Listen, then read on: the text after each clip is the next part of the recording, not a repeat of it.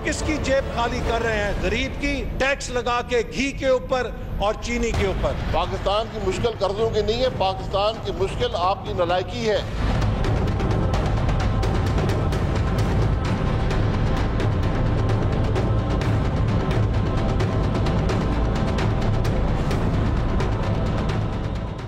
अस्सलामुअलैकुम, पाकिस्तान टुनाइट के साथ मैं हूं सैयद समर अब्बास। हुकूमत ने आज माली साल 2019-20 का बजट कसरत राय से मंजूर कर लिया है कौमी असम्बली ने आज, और इस बजट का जो हजम है वो 8,200 अरब से जायद है और अपोजिशन की कटौती की तमाम ही तहारीक मुस्तरद हो गई। और इस बजट में हुकूमत ने जो बड़ा हदफ रखा है वो है 5,550 अरब के टैक्स रेवेन्यूज़ का, जिसे कुछ हलकों की तरफ से गैर हकीकी भी करार दिया जा रहा है। लेकिन जो फिस्कल डिसिप्लिन गवर्नमेंट ने लेके आना है वो एक बड़ा चैलेंज होगा।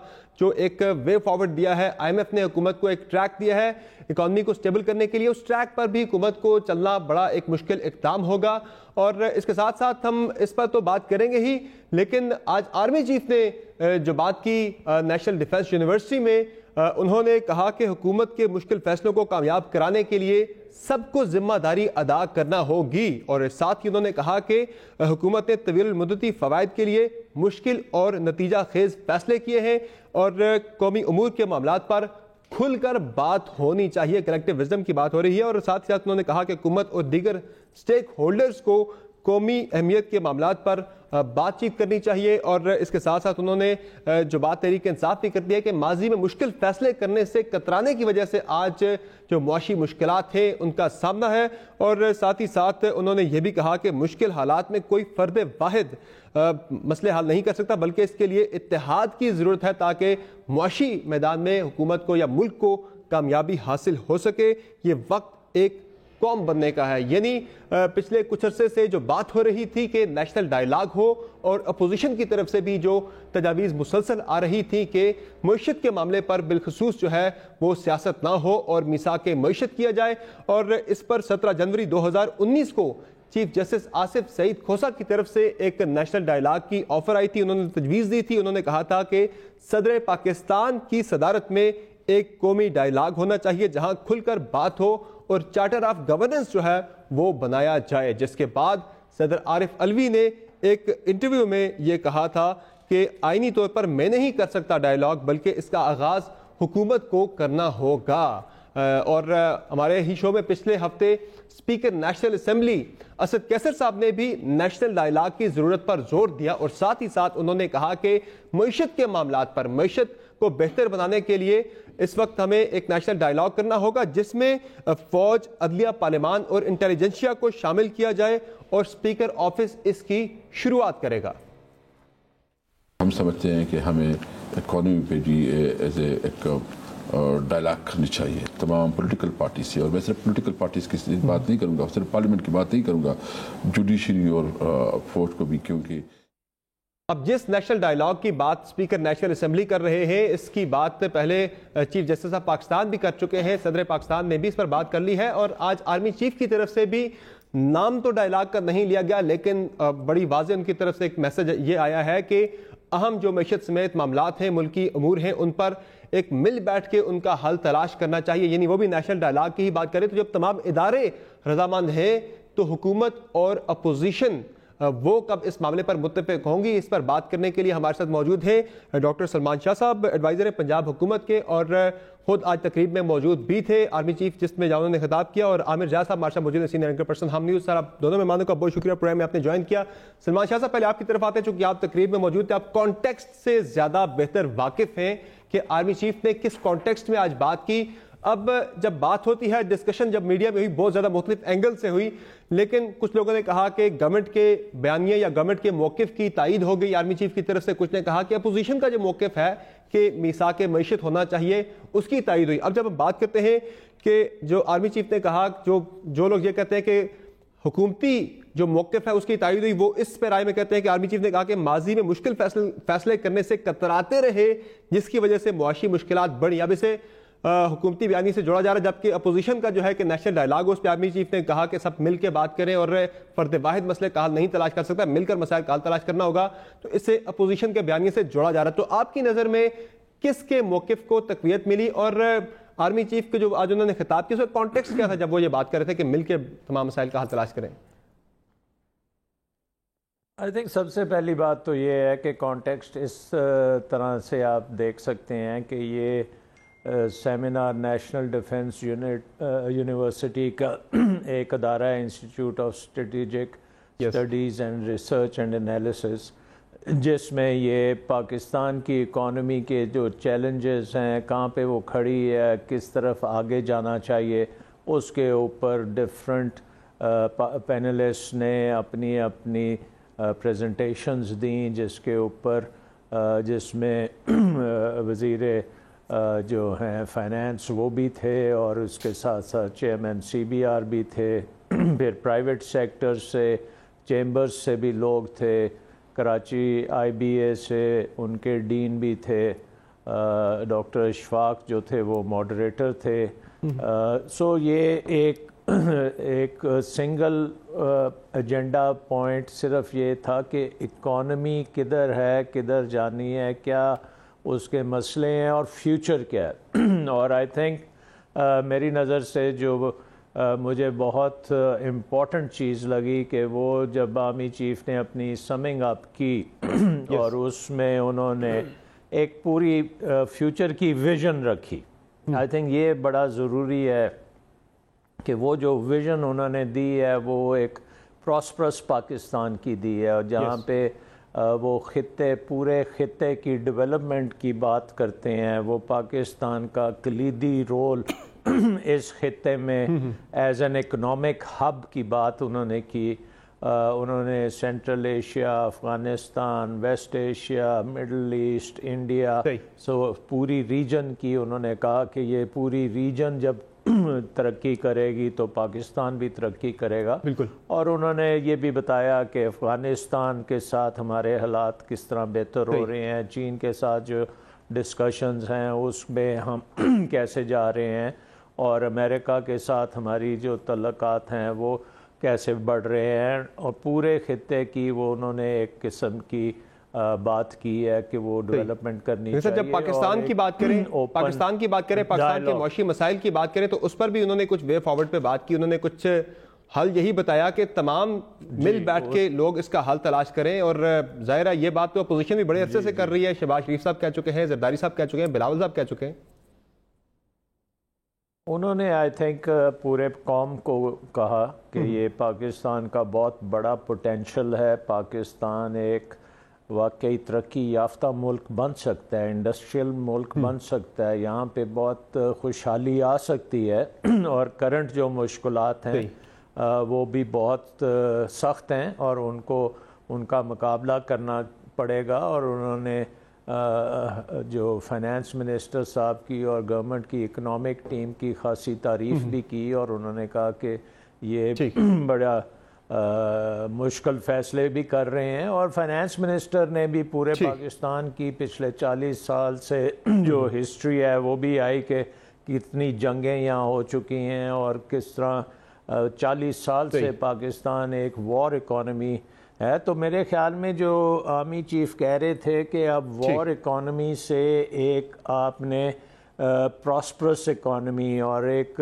ایسی اکانومی بنانی ہے جس سے پاکستان کی ترقی ہو، خوشحالی ہو، اور جو ہمارے اس وقت 21 کروڑ کے آبادی ہے جو کہ ایک بہت نوجوان آبادی ہے، وہ یوتھ بلج کی ہے، ان کے لیے پورے مواقع یہاں پہ ہونے چاہیے۔ اور اس کانٹیکسٹ میں انہوں نے یہ بات کی کہ پورا پاکستان اب اکٹھا ہو اور اس کو آگے لے کے چلے، اور اس میں سٹیک ہولڈرز، بزنس کمیونٹی بھی ہے، اس میں سیاستدان بھی ہیں، اس میں ایجوکیشنسٹ بھی ہیں، باقی بھی پورے جو NGOs بھی پاکستان میں ہیں۔ ٹھیک ہے، میں اس طرف آتا ہوں شاہ صاحب دوبارہ۔ ٹھیک ہے، I think it was a national call for focusing on economic issues, ان کی سولوشنز اور جو بھی مشکلات ہیں ان کو اوور کم کرنا، اور گڈ گورننس کا بھی، اور گڈ گورننس، اداروں کی گڈ گورننس، اور اس میں آئی تھنک انہوں نے بڑا کلیئرلی کہا کہ جہاں پہ بزنس کمیونٹی کو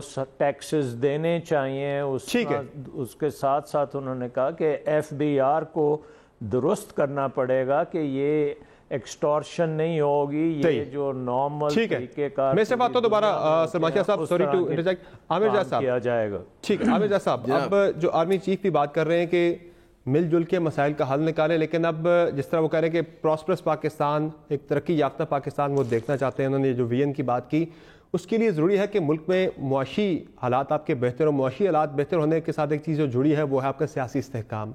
اب گورنمنٹ اور اپوزیشن اس وقت آپ دیکھ رہے ہیں کہ بڑی ایک وہ جنگ کسی کیفیت تنازع کی پچھلے کئی عرصے سے چل رہی ہے, اور اپوزیشن بارہا آفر بھی دے چکی ہے کہ آئیں معیشت کے معاملے پہ مل بیٹھ کے مسائل کو حل کرتے ہیں, ایک چارٹر آف اکانومی کرتے ہیں. آج جو آرمی چیف کی طرف سے بھی جو بات تھی اس کا بھی ہمیں انڈائریکٹلی لبے لباب یہ نظر آتا ہے کہ وہ بھی ایک نیشنل ڈائلاگ کی بات کر رہے ہیں, جس طرح سے اسپیکر نے کی, پہلے چیف جسٹس بھی کر چکے ہیں. دیکھیں اندر کی جو وہاں پہ رکاوٹ تو اپوزیشن اور گورنمنٹ کی گفتگو ہوئی وہ تو بڑا میرے خیال میں ڈاکٹر سلمان شاہ صاحب نے بڑی تفصیل سے بتایا. ہم جیسے لوگ جو باہر سے دیکھ رہے ہیں اس چیز کو, ان کے لیے کیا اس جو سیمینار ہوا اس کا کیا علامتی پیغام تھا؟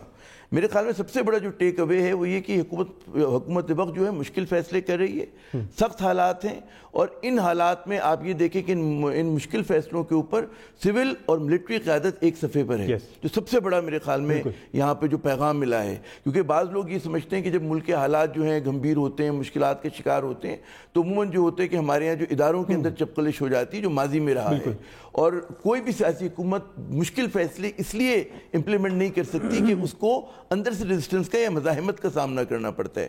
تو جو بڑی خوش آئند بات یہ ہے کہ جناب یہ لوگ ایک صفحے میں ہیں.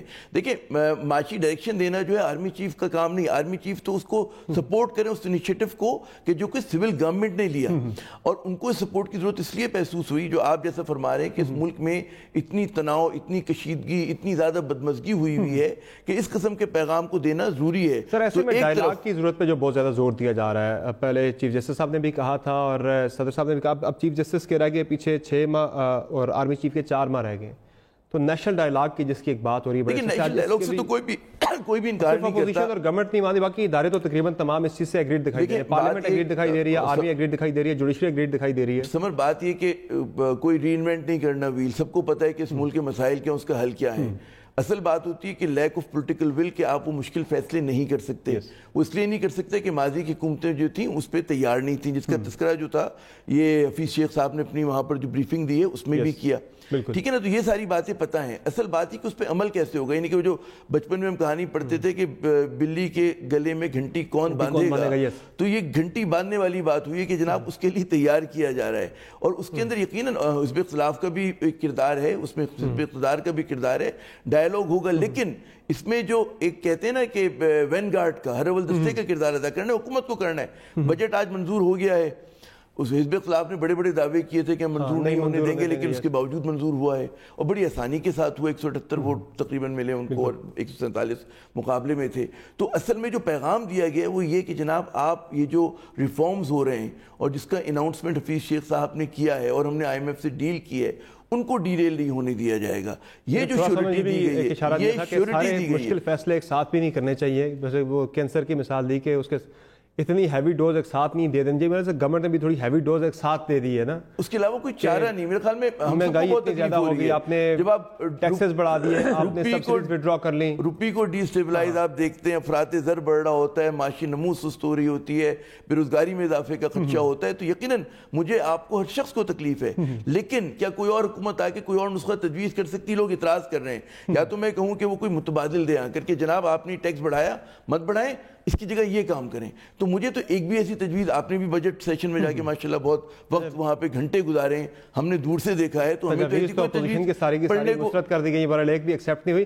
وہ تو اسد عمر صاحب جو کہ خود حکومت میں ہیں, انہوں نے بھی تجاویز دی تھی. تجاویز, ان کی تجاویز کو بھی بالکل کنسیڈر نہیں کیا یہ دے رہے ہیں کہ اگر وہ یہ دے رہے ہیں کہ جی ٹیکس کم کر دیں, ٹھیک ہے نا, لیکن وہ یہ نہیں بتا رہے کہ ریونیو کلیکشن اگر آپ کم ٹارگٹ دیں گے تو خرچے کا ایکسپینڈیچر تجاویز دی تھی آپ نے. چینی میں تو اس اختلاف کی بات کی, چینی کے اوپر سے بڑھائی ہے. میں تجاویز کی بات کر رہا ہوں, تو تجاویز تو مختلف آئی تھی. بہرحال سلمان شاہ صاحب آپ جو بات کر رہے ہیں, عامر جاز صاحب کے گورنمنٹ کے پاس بھی ایک بڑی ایک ٹائٹ روپ تھی چلنے کے لیے, ان کے پاس کوئی دوسرے آپشنز نہیں تھے, اتنے سخت فیصلے اس لیے کرنا پڑے, یا پھر کچھ بہتر فیصلے ہو سکتے تھے, عوام پہ ایک ساتھ اتنا بوجھ نہ ڈالا جاتا کہ اتنا, جیسے بجٹ ہر کوئی کہہ رہا ہے کہ بہت زیادہ سخت ایک بجٹ یہاں پہ آ گیا ہے. دیکھیں ایک بات تو یہ ہے کہ آئی ایم ایف کے ساتھ جو پروگرام ہونا تھا وہ ڈسکس ہو کے اس کو سٹاف لیول ایگریمنٹ ہو گئی ہے اور وہ ان کے بورڈ نے اگلے چند دنوں میں اس کو اپروو کرنا ہے.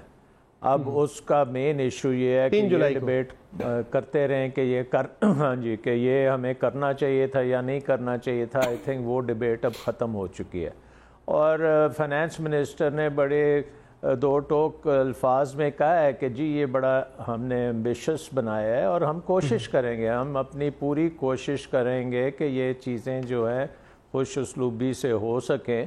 اور اگر ہم نے اپنی پوری کوشش کر لی اور ہم تھوڑے سے ٹارگٹس تک پہنچ چکے تو کوئی اتنی بڑی بات نہیں ہے. ایٹ لیسٹ ہم نے پوری کوشش کی ہوگی. اس کے ساتھ ساتھ ایڈجسٹمنٹس آر پاسبل, وہ آگے چلتے جیسے مینیج کریں گے اکانومی کو ہم بالکل ایک پٹڑی پہ لے کے آنا ہے. ہمیں پتہ ہے کہ ہمارے جو مسائل ہیں وہ تو سارے پاکستان کو پتہ ہے. سارے پاکستان کو پتہ ہے کہ $100 ارب کا بیرون ملک قرضہ ہے جس کو آپ نے کسی طرح سروس کرنا ہے, اس کو واپس بھی کرنا ہے, اس کی جگہ اور قرضے آئیں گے واپس ہوں گے تو وہ نظام نے اس نظام نے چلنا ہے.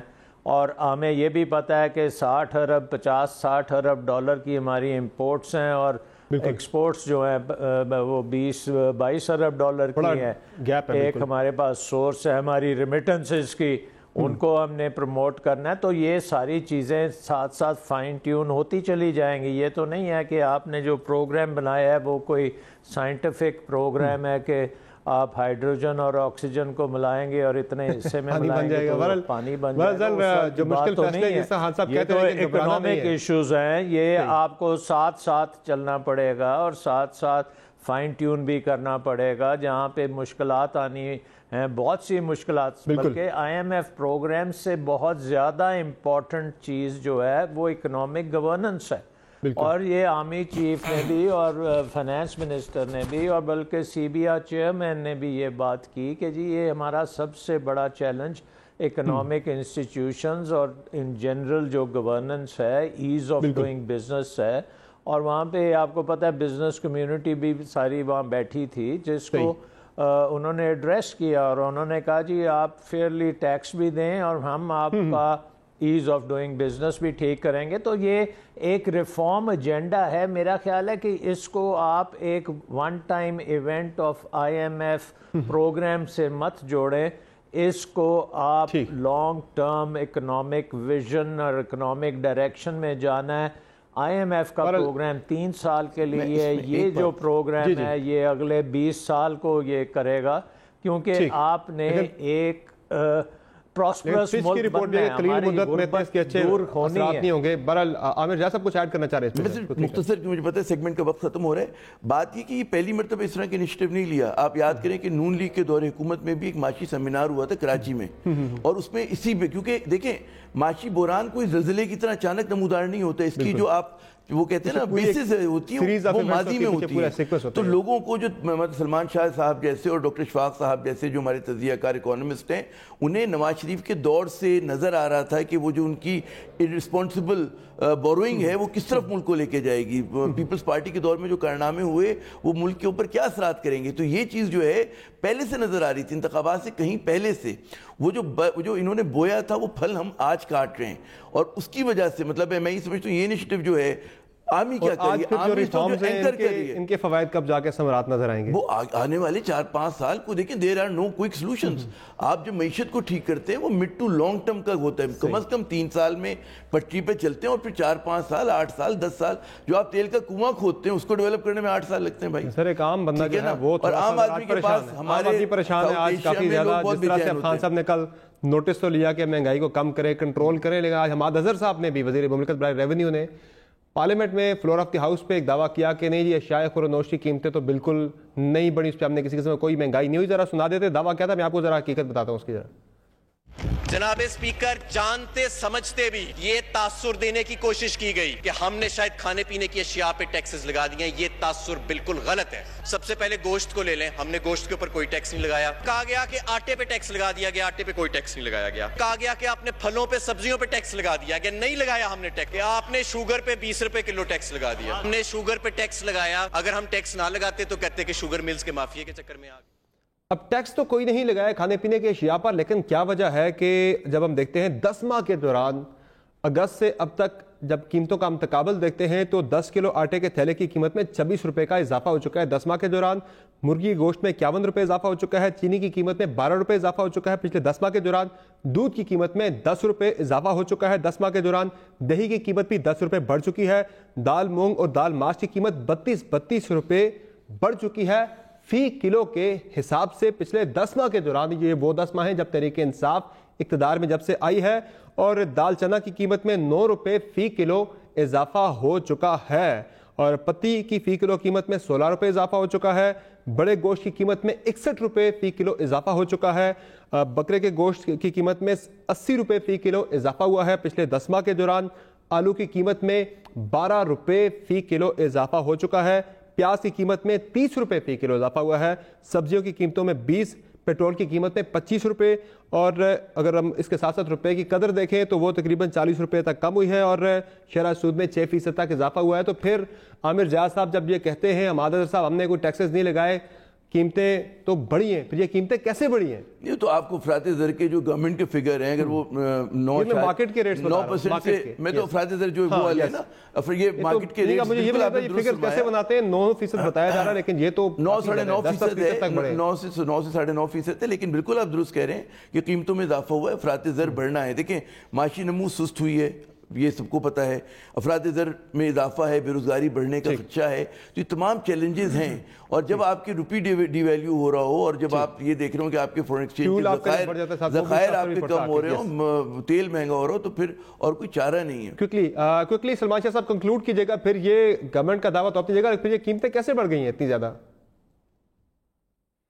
देखिए एक बात तो बड़ी क्लियर है कि ये 300 अरब डॉलर की पूरी इकॉनमी है जिसमें इंपोर्ट्स जो हैं वो तकरीबन 50 से 60 अरब डॉलर की हैं। सो इसका मतलब ये है कि जब वो इंपोर्ट्स में जब डिवैल्यूएशन होती है तो इंपोर्ट्स डेफिनेटली महंगी होंगी।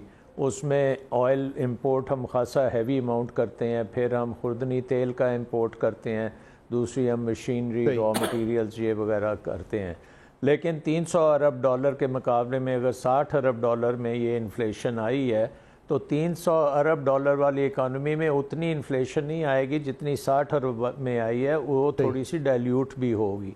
सो डेफिनेटली इन्फ्लेशन होगी और हो रही है, लेकिन इतनी ज़्यादा भी नहीं है कि हम ये कहें कि तूफ़ान आ गया। दूसरी बात यह है कि पाकिस्तान की जो इकॉनमी को इस वक्त स्टेबलाइज करने की बहुत अशद ज़रूरत है और हम देख रहे हैं कि डॉलर जिस तरह से ऊपर नीचे जा रहा है, ये अब आई थिंक जुलाई 1 के बाद एक सऊदी अरेबिया से हमारा जो डिफर्ड क्रेडिट ऑयल लेने का हुआ है वो 1 जुलाई से शुरू होगा, उससे एक खासा पॉजिटिव इम्पैक्ट आएगा। क्योंकि पॉजिटिव इम्पैक्ट आएगा। बहुत शुक्रिया आपका सलमान शाह साहब, आपने और आमिर जायद साहब आपने प्रोग्राम में हमें ज्वाइन किया। यकीनी तौर पर वो तमाम स्टेप्स उठाए जाने चाहिए जिनसे मुल्क की मईशत जो है उसमें इस्तेहकाम आ सके, वो स्टेबल हो सके। इसी के साथ प्रोग्राम में यहाँ एक ब्रेक शामिल करते हैं। ब्रेक से वापस आएंगे तो बात करेंगे मुल्क की सियासी सूरत हाल पर के दावे तो बड़े थे अपोजिशन की तरफ से कि बजट पास नहीं होने देंगे और साथ ही साथ अब वो दावा तो कामयाब नहीं हो सका, बजट पास हो गया। अब उसके बाद चेयरमैन सेनेट की तरफ भी अपोजिशन बढ़ रही है कि वो तब्दील करना है। तो ये मामला कैसे आगे बढ़ेंगे, बातों की ब्रेक के बाद हमारे साथ रहिए।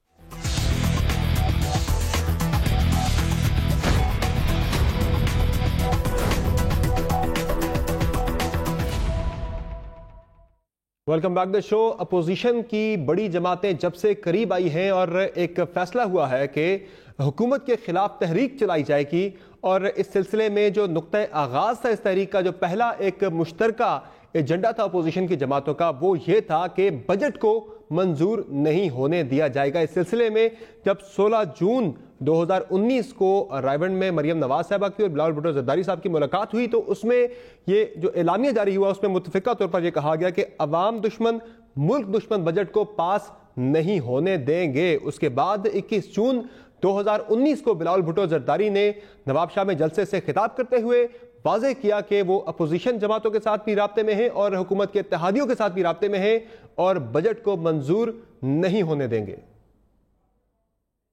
پارلیمان میں آپ کا جنگ لڑ رہا ہوں، میں مریم نواز سے ملا ہوں، شہباز شریف سے ملا ہوں، مولانا سے ملا ہوں، اختر مینگل صاحب سے ملا ہوں، عوام دشمن بجٹ کو روکنے کے لیے۔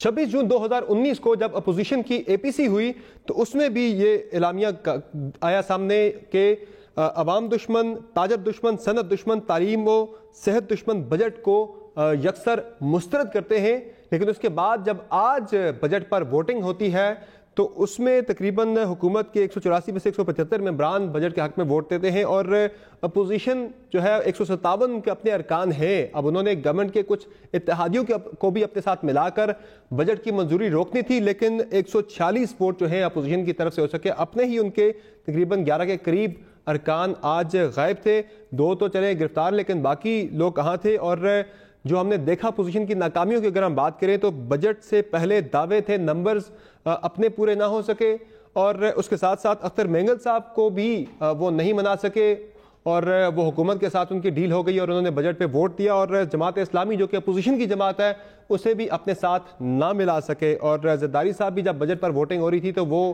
چیئرمین سینٹ کی گنتی میں مصروف تھے اور جس پر آج فردوس عاشق ایوان جو کہ معاون خصوصی برائے اطلاع تھے انہوں نے سخت تنقید کا نشانہ بنایا اور تانا بھی دیا اپوزیشن کی جماعتوں کو۔ بجٹ کی منظوری پر کیا کہا ذرا آپ کو سنا دیتے ہیں۔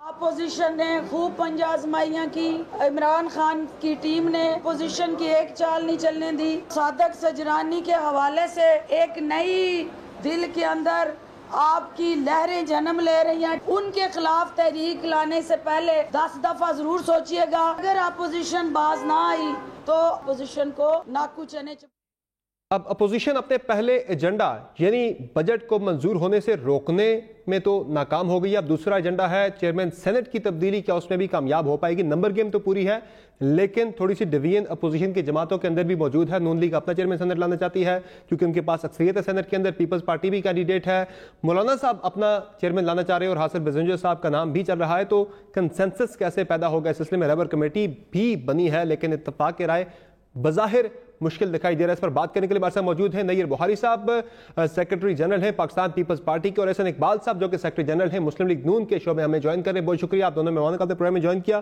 نیر بخاری صاحب، یہ کیا ماجرا ہوا؟ پہلا جو آپ کا ایجنڈا تھا بجٹ منظور نہیں ہونے دینا، آپ کی اپنی جو اپوزیشن کی اسٹرینتھ ہے 157، آپ تو وہ بھی پورے نہیں کر سکے، آپ نے تو اتحادیوں کو منانا تھا، ان کو ساتھ لانا تھا، بجٹ منظوری روکنا تھی۔ شکریہ۔ دیکھیں اس پہ گورنمنٹ کو کوئی زیادہ ایکسائٹ نہیں ہونا چاہیے۔ آپ یہ دیکھ لیں کہ دا ریکوائرڈ نمبر جو ہوتا ہے فار میکنگ گورنمنٹ یا اسٹیبلشنگ گورنمنٹ 172 ہے، تو آپ نے کہا 175، تو ان کو بس 3 ووٹس کی میجورٹی ہے اور ایک 10-11 ماہ سے حکومت میں بھی ہوئی ہیں، اور پھر آپ نے خود کہا کہ اختر مینگل صاحب کی ان کے ساتھ بات ہوگی، وہ ادھر نہیں آ سکے۔ اوبیسلی جو ان کا یہ پوائنٹ کا ایجنڈا پرانا ان کے ساتھ چل رہا تھا، انہوں نے پہلے بھی ٹریجری بینچز پہ کو سپورٹ کیا اور پی ایم کے الیکشن میں ان کو سپورٹ کیا۔ تو اس بات پہ آپ کو یہ پتہ ہونا چاہیے کہ اگر منی بل گوز ادھر تو پھر گورنمنٹ گوز، تو انہوں نے پورے ایفرٹس کیے ان کو ون اوور کرنے کی کوشش کی۔ تو اپوزیشن جماعتوں نے، کیونکہ ہم اپوزیشن میں اگر ہمارے پاس تعداد پوری ہوتی تو ہم گورنمنٹ میں ہوتے، لیکن کیونکہ ہمارے پاس تو پھر وہ دعویٰ ان ریئلسٹک تھا کہ بجٹ منظوری روکیں گے، نہیں ہونے دیں گے، وہ پھر آپ مانتے ہیں کہ غلط دعویٰ تھا؟ غلط دعویٰ نہیں تھا، لیکن الیکشنز میں جب بھی پولیٹیکل پارٹیز ایک دوسرے کے خلاف ہوتی ہیں تو کنٹیسٹنٹ جو بھی ہوتے ہیں وہ کلیم تو کرتا ہے کہ ویل ون۔ ابھی بھی ہمارے ایفرٹس تھے، ہم نے پورے ایفرٹس کیے، لیکن آپ یہ دیکھیں کہ صرف 3 ووٹوں کی میجورٹی ان کے پاس رہے گی۔ کہاں 186 تھے تو نمبر تو ریڈیوس ہو گئے۔ اوبیسلی اس لیے ہمارے ایفرٹس پورے تھے، نیکی سے ایفرٹس تھے، لیکن وہ انہوں نے، لیکن آپ کے نمبر سے پھر بھی 29 زیادہ تھے. دیکھیں انہوں نے مینج کر لیا، انہوں نے منور کر لیا. لیکن ایک بات ہے کہ جن لوگوں نے اس بجٹ کو، جس کو اپوزیشن کی پارٹیز نے مسترد کیا، یہ عوام دشمن بجٹ ہے. آپ نے خود کہا، ہمارے جو ڈیکلریشن تھا اس میں کہا یہ عوام دشمن ہے، ہم اس کو مسترد کرتے ہیں، یہ تعلیم دشمن ہے، یہ صحت دشمن ہے. یہ ساری باتیں آپ کے سامنے ہیں، اور جو پرائس ہائیک ہے وہ بھی آپ کے سامنے ہے. اور لوگوں کو ذرا آپ میڈیا والے باہر گھوم کے ذرا لوگوں کی رائے تو لے لیں، کامن آدمی سے پوچھیں کہ وہ زندگی کیسے گزار رہا ہے، تو آپ کو پتہ چلے گا کہ لوگوں کی اپروچ کیا ہے اس گورنمنٹ کے بارے میں. مشکلات تو ہے، لیکن وہ بھی اب گورنمنٹ یہ کہتی ہے کہ آج ہم جو کاٹ رہے ہیں وہ پچھلی 10 سالہ حکومتوں کا بویا ہوا ہے. احسن اقبال صاحب، سیکرٹری جنرل مسلم لیگ نون ہمارے ساتھ وہ بھی موجود ہیں. احسن اقبال صاحب، پھر جو پہلا ایجنڈا تھا، مشترکہ ایجنڈا تھا اپوزیشن کی جماعتوں کا، جب سے اکٹھ ہوا ہے، آپ کا ایک طرح کا اتحاد ہی بنا ہے حکومت کے خلاف کہ بجٹ منظوری روکنا، اس میں تو ناکام ہو گئے. تو وہ جو دعویٰ تھا وہ ان ریئلسٹک تھا، چونکہ آپ کے پاس، آپ نے تو حکومت کے اتحادیوں کو منانا تھا، انہیں آپ نے کنونس کرنا تھا کہ وہ بجٹ پر، فنانس بل پر حکومت کو ووٹ نہ دیں. آپ کے اپنے ارکان شارٹ تھے آج 11 کے قریب. نہیں، دیکھیے اس وقت جو صورتحال ہے اس میں آپ نے دیکھا کہ گورنمنٹ نے بجٹ سے پہلے اپنے حلیفوں کے ساتھ بیٹھ کے ان کو پیکیجز دیے ہارس ٹریڈنگ کی، اور میں یقین رکھتا ہوں کہ اگر اس طرح کی کارروائی نہ کی جاتی تو ایم کیو ایم کے لیے بڑا مشکل تھا کہ وہ مڈل کلاس کے خلاف، غریبوں کے خلاف جو بجٹ ہے جس میں مہنگائی آ رہی ہے، جس میں لوگوں کی سیلریز گھٹ رہی ہیں، تو اس کے اوپر اگر وہ اپنے نظریے کے مطابق ووٹ دیں تو کبھی نہ دے سکتے. اسی طرح بی این پی جو ایک بلوچستان کی پسماندگی کی اور غربت کی بات کرتی ہے، وہ کبھی ایسی تجاویز کے لیے ووٹ نہ دیتی. تو حکومت نے ایک ہارس ٹریڈنگ کی اپنے حلیفوں کے ساتھ، لیکن اس کے باوجود اپوزیشن کی کامیابی یہ ہے کہ ہم نے اس بجٹ پروسیس کے اندر اس بجٹ کی جو ملک دشمن یا غریب عوام دشمن اس کی تجاویز ہیں انہیں اچھی طرح اجاگر کیا ہے، اور حکومت کو ہر قدم پہ ہم نے ٹف ٹائم بھی دیا. لیکن اس کے ساتھ ساتھ جو ایک بڑی کامیابی ہے وہ یہ کہ حکومت کی اکثریت ایکسپوز ہوئی ہے. اگر آپ جیسے ابھی فرما رہے تھے کہ 29 ووٹوں کا فرق بھی گن لیا جائے تو اس کا مطلب یہ ہے کہ صرف 15 ووٹوں کا فرق ہے کہ 15 ووٹ ادھر ہو جائیں تو حکومت گئی. تو جو حکومت یہ 10-15 ووٹوں پہ ہے، یہ تو بڑی فریجائل گورنمنٹ ہے نا.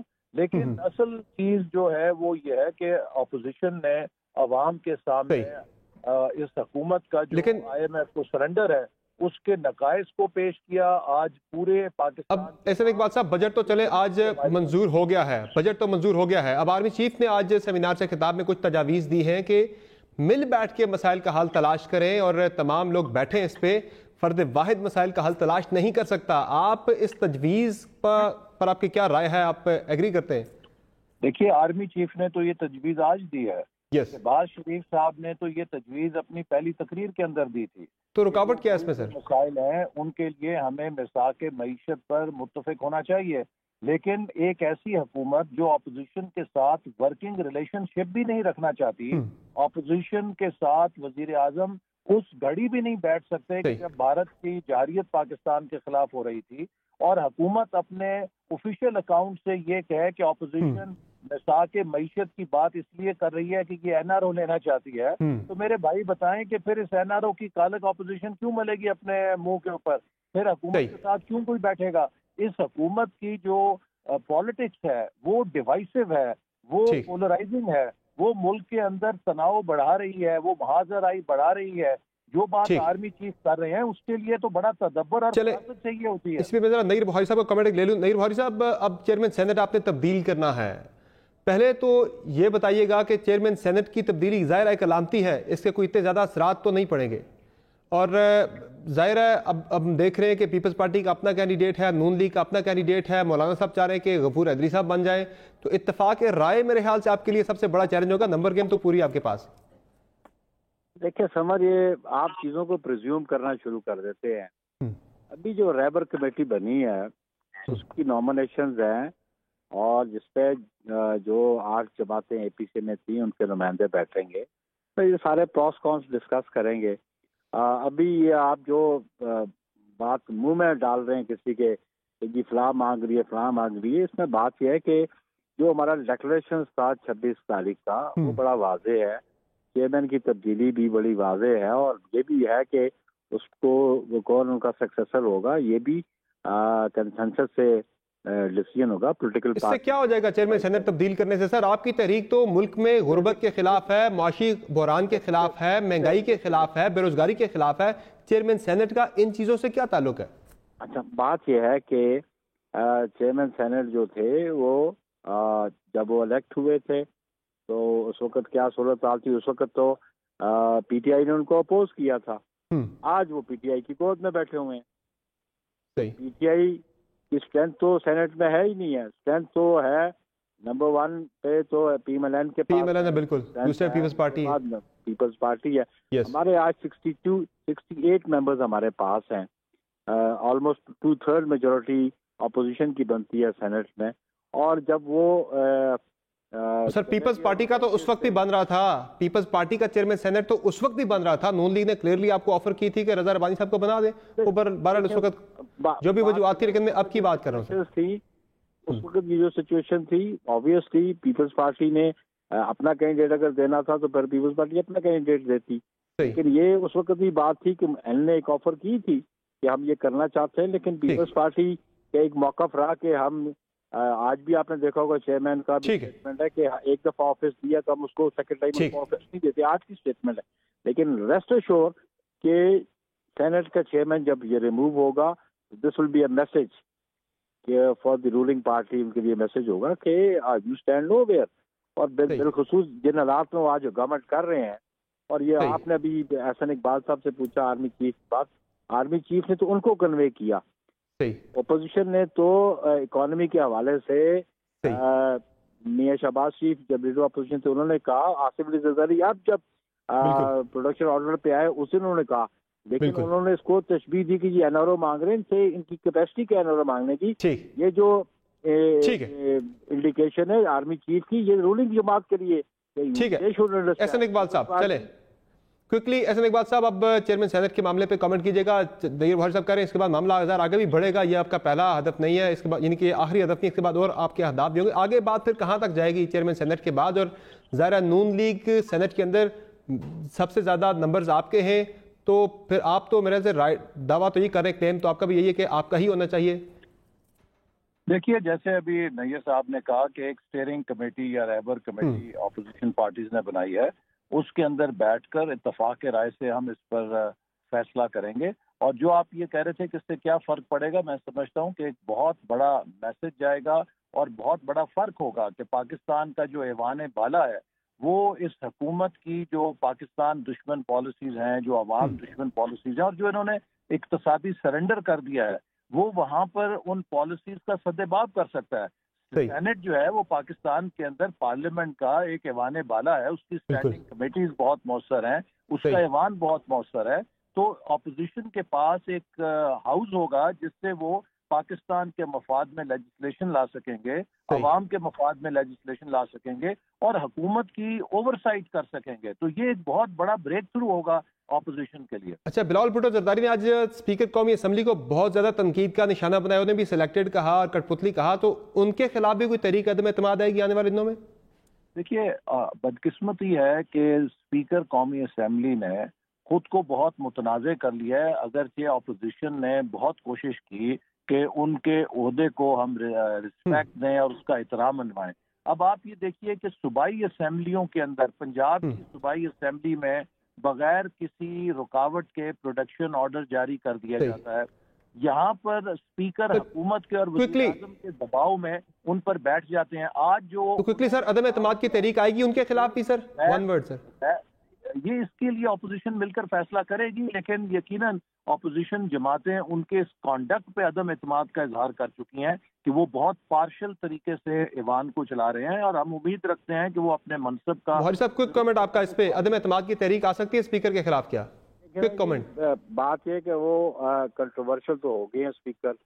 देखिए, ऑफिस जो स्पीकर का है चेयरमैन सेनेट का, कभी भी स्पीकर और चेयरमैन रूलिंग पार्टी की जो ऑफिशियल मीटिंग्स हैं उनमें नहीं बैठते। उन्होंने अपना कंडक्ट कोर कमेटी में बैठे थे पिछले नॉन ये आए दिन जो कि स्पीकर मुलाकात करता है प्राइम मिनिस्टर से, उनके घर जाता है, उसके ऑफिस जाता है, उनसे एडवाइस लेता है। तो नॉन पार्टीजन तो ना, वही तो पार्टीजन। सर अदम एतमाद की तहरीक आएगी या नहीं आएगी? One word sir, one comment. अभी अभी अभी देखे ना, जब आपने एक स्टीयरिंग कमेटी बना दी और जो हमने डिक्लेरेशन किया, उस डिक्लेरेशन को मॉनिटर भी करेंगी, उसकी इम्प्लीमेंटेशन भी करेंगी, तो ये इशू सारे डिसाइड हो गए। ये आगाज तो हम करेंगे इंशाल्लाह चेयरमैन सेनेट के रिमूवल से और नए चेयरमैन को लाने से। आगे तो ये देखे ना, ये it's not a one day thing. ठीक, अपोजिशन अपना रोल अदा करेगी और मौसम रोल अदा करेगी। बहुत शुक्रिया अनीर बुहारी साहब आपका और एहसन इकबाल साहब आपका अपने प्रोग्राम में ज्वाइन किया। यकीनी तौर पर अपोजिशन का एक पहला इम्तहान था बजट की मंजूरी को रोकना, उसमें तो कामयाब नहीं हो सकी। अब अगला हदफ है चेयरमैन सेनेट को हटाया जाना। उसमें नंबर गेम तो पूरी है, लेकिन अपोजिशन के अंदर जब हम हिस्ट्री देखते हैं कि रिसेंट पास्ट में जब कायदे अवान का इलेक्शन था, स्पीकर का इलेक्शन था, उसमें अपोजिशन डिवाइड हो गई थी। सदर के इलेक्शन पे भी डिवाइड हो गई थी। पहले मुश्तरका मुत्तफिका अपोजिशन नजर आ रही थी, अब चेयरमैन सेनेट के मामले पर भी डिवीजन का शिकार तो नहीं होगी। इसी के साथ एक ब्रेक लेते हैं, ब्रेक के बाद बात करेंगे पाकिस्तान के लिए कल एक बड़ा दिन है वर्ल्ड कप में, और पाकिस्तान अगर शिकस्त देता है अफगानिस्तान की टीम को तो काफी ज्यादा रास्ता पाकिस्तान का आसान हो जाएगा। इस पर बात होगी ब्रेक के बाद। हमारे साथ रहिए।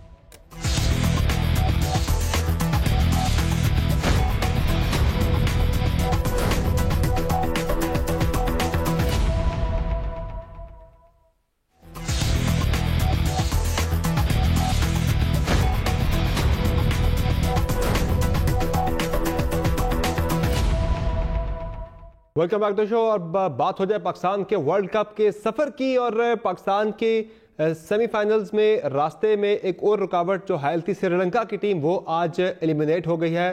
साउथ अफ्रीका के खिलाफ श्रीलंका को 9 विकेटों से शिकस्त का सामना करना पड़ा, और इसके साथ ही श्रीलंका भी सेमीफाइनल की दौड़ से बाहर हो चुका है। अब पाकिस्तान के 2 मैचेस हैं। कल पाकिस्तान का मैच है अफगानिस्तान के खिलाफ, यह मैच पाकिस्तान ने जरूर जीतना है, और उसके बाद अगला मैच पाकिस्तान का होगा बांग्लादेश की टीम के खिलाफ। ये दोनों मस्ट विन है पाकिस्तान के लिए अगर सेमीफाइनल में क्वालिफाई करना है। दूसरी तरफ जब हम देखें तो हमने बांग्लादेश को जब मैच हराएंगे तो ऑटोमेटिकली उनका सफर भी सेमीफाइनल्स के लिए क्लोज हो जाएगा रास्ता उनका। लेकिन जो इंग्लैंड का मैच होगा इतवार को इंडिया के खिलाफ, वो मैच बड़ा इंपॉर्टेंट है कि उस मैच में अगर इंग्लैंड को शिकस्त हो जाती है तो इंग्लैंड का रास्ता भी बंद हो जाएगा और पाकिस्तान की सेमीफाइनल में एंट्री पक्की हो जाएगी। इस सारी सूरत हाल पर बात करने के लिए हमारे साथ मौजूद है जावेद मियादाद साहब, लेजेंड क्रिकेटर पाकिस्तान के और साबिक हेड कोच और चीफ सेलेक्टर भी रहे, और हमारे साथ मौजूद हैं मिर्जा इकबाल बेग साहब, सीनियर साफी हैं और स्पोर्ट्स एनालिस्ट भी हैं। बहुत शुक्रिया आप दोनों मेहमानों का अपने प्रोग्राम में ज्वाइन किया। मियादाद साहब, कल पाकिस्तान के लिए बड़ा दिन है, हमारा अफगानिस्तान के साथ मैच है। हम जो वार्म अप मैच था अफगानिस्तान से हार भी चुके हैं। पाकिस्तान टीम के बारे में कहा जाता है कि आप बड़ी से बड़ी टीम को हरा देते हैं और छोटी से छोटी टीम से हारने की सलाहियत भी हमारे अंदर मौजूद है, अनप्रेडिक्टेबल है हम। कल का दिन कितना बड़ा दिन है पाकिस्तान के लिए? नहीं, बिल्कुल आपने सही कहा, ये तो क्रिकेट में होता रहता है, मगर हमारे साथ अक्सर ज्यादा ही हुआ है कि जब भी हमने ज्यादा होप किया हमारे लिए प्रॉब्लम हो जाती है, हालांकि होनी नहीं चाहिए। वो इसीलिए कहते हैं कि ये वही प्लेयर हैं, खेलते आ रहे हैं, इनको अपने ऊपर कॉन्फिडेंस रखना चाहिए और अपने आप को ट्यून करें।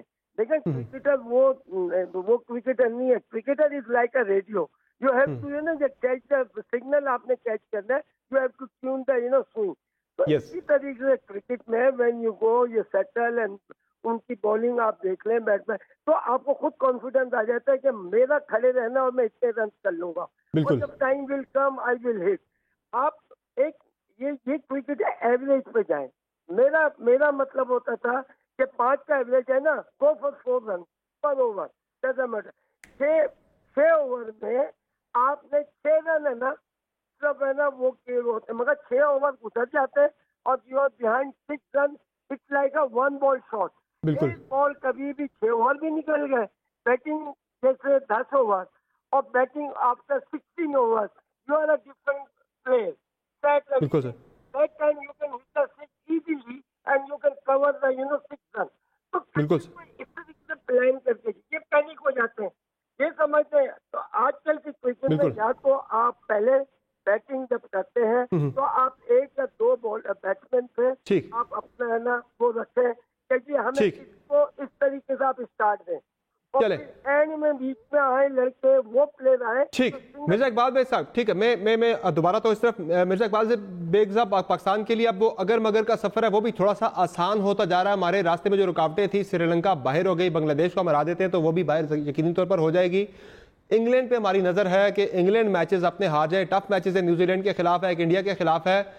चांसेस की जब हम बात करते हैं तो आपके नज़दीक पाकिस्तान के सेमीफाइनल के लिए चांसेस अब इम्कानात कितने रोशन हो गए? ज़ाहिर है टीमें कंपेटिटिवली देखा जाए तो कमज़ोर टीमें हैं, बांग्लादेश को थोड़ा कम कहते हैं, लेकिन अफगानिस्तान तो कमज़ोर टीम है पाकिस्तान के सामने।